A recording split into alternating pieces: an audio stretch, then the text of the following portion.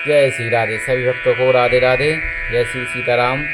सभी भक्त आज पावन चरित्र श्री जटाऊ महाराज जी का चरित्र सुने, वही भक्तमाल द्वारा। जीवन में भगवान जटाऊ महाराज जी को कैसे मिले, कैसे उनकी सदगति हुई, सभी भक्त सुने। जय श्री राधे, जय श्री कृष्ण। प्रजापति कश्यप जी की पत्नी विस्ता से 2 पुत्र हुए, अरुण और गरुड़, जिनमें से भगवान सूर्य के सारथी अरुण जी के 2 पुत्र हुए, संपाति और जटाऊ। बचपन में संपाति और जटाऊ उड़ान की होड़ लगाते ऊंचे, बचपन में होड़ लगाई थी उनने, होड़ लगाई ऊंचे जाते हुए सूर्यमंडल के पास तक चले गए। सहज तेज न सह सकने के कारण जटाऊ तो लौट आए, किंतु संपाति ऊपर ही उड़ते गए। सूर्य के अधिक निकट जाने पर संपाति के पंख सूर्य ताप से भस्म हो गए। वे समुद्र के पास पृथ्वी पर गिर पड़े, उनके पंख जल गए सूर्य की तेज से। जटाऊ जी लौटकर पंचवटी में आकर रहने लगे। महाराज दशरथ से आखिर के समय इनका परिचय हो गया और महाराज ने इन्हें अपना मित्र बना लिया। दशरथ जी ने जटाऊ जी को अपना मित्र बना लिया। वनवास के समय जब श्री राम पंचवटी पहुँचे, जब जटाऊ से उनका परिचय हुआ, मर्यादा पुरुषोत्तम अपने पिता के सखा गिरिराज का पिता के समान ही सम्मान करते थे। जब छल से स्वर्ण मृग बने मारीच के पीछे श्री राम वन में चले गए, और जब मारीच ने कपट किया था, कपटपूर्ण पुकार सुनकर लक्ष्मण जी बड़े भाई को ढूंढने चले गए। जब सूनी कुटिया रावण सीता जी को उठाकर बलपूर्वक रथ में उन्हें ले जा चला। श्री विजय राय दुहिता का करुण क्रोधन सुनकर जटाऊ क्रोध से भर गए।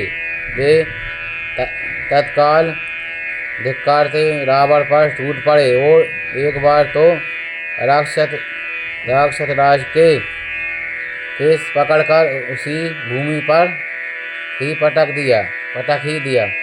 रावण को एक बार तो जटाऊ जी ने भूमि पर पटक दिया। जटाऊ विद्ध थे। वे जानते थे कि रावण से युद्ध में जीत नहीं सकता, परंतु नश्वर शरीर राम काज में लग जाए, इसके बड़ा सौभाग्य और क्या होगा। रावण से उनका भयंकर संग्राम हुआ। अंत में रावण ने उनके पंख काट दिए। वे भूमि पर गिर पड़े। जानकी जी को लेकर रावण भाग गया। श्री राम विरह व्याकुल होकर जानकी जी की ढूंढते हुए वहां आए। जटाऊ मरणासन्न थे। जटाऊ भगवान की राह देख रहे थे। उनका चित्त श्री राम के चरणों में लगा था, भगवान के चरणों में लगा था उनका चित्र। उन्होंने कहा, राघव राक्षस राय रावण ने मेरी यह दशा की है। वही दुष्ट सीता जी को लेकर दक्षिण दिशा और चला गया। मैंने तो तुम्हारे दर्शन के लिए ही अब तक प्राणों का रोक रखा था। जटाऊ जी कह रहा भगवान जी से, आपकी राह में मैंने प्राण रोक रखे थे। अब वे विदा होना चाहते हैं, तुम आज्ञा दो। श्री राघव के नेत्र भर आए। उन्होंने कहा, आप प्राणों को रोके, मैं आपके शरीर को अजर अमर तथा स्वस्थ बना देता हूँ। जटायु परम भागवत थे, शरीर उन्हें नहीं था। उन्होंने कहा, श्री राम जिनका नाम, जटायु कह रहे, जिनका नाम मृत्यु के समय मुख में निकल जाए तो अधम प्राणी भी मुक्ति प्राप्त कर लेता है, ऐसा तुम्हारी महिमा सेतुओं में वर्णन है। आज वही तुम प्रत्येक मेरे सन्मुख हो, फिर मैं शरीर किस लाभ के लिए रखूं। जटायु भगवान से कह रहा है, तुम्हारे जो आधम भी हो, पापी भी हो, वो एक अंत समय नाम ले ले तुम्हारा, बाका भी आप वैकुंठ धाम पहुंचा देते हो। दया धाम श्री राम भद्र के नेत्रों में जल भर आया। वे कहने लगे, तात मैं तुम्हें क्या दे सकता हूँ, तुमने तो अपने ही कर्म से परम गति प्राप्त कर ली।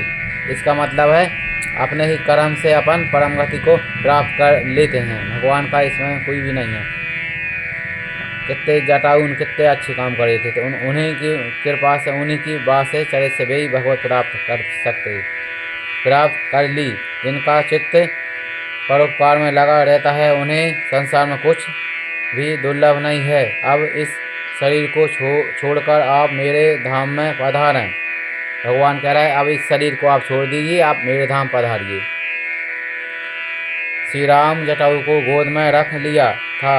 अपनी जटाओं से वे उन पक्षीराज की देह में लगा धूलि झाड़ रहे थे। जटायु ने श्री राम के मुख कमल का दर्शन करते हुए उनकी गोद में ही शरीर छोड़ दिया। उन्होंने भगवान का स्वरूप प्राप्त हुआ। वे तत्काल नव जलधर सुंदर पीताम्बरधारी चतुर्भुज त्रिभुजों में शरीर धारण कर वैकुंठ चले गए।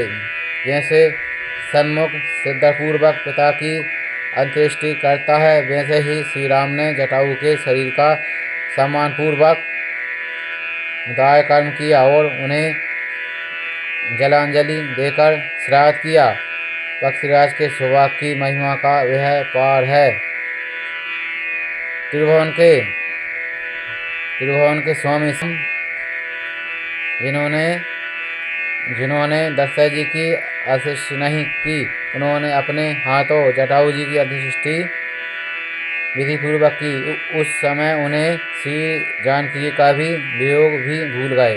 भगवान ने जटायु जी कितने भागवान थे, उनकी भगवान का दशरथ राजा जी नहीं तो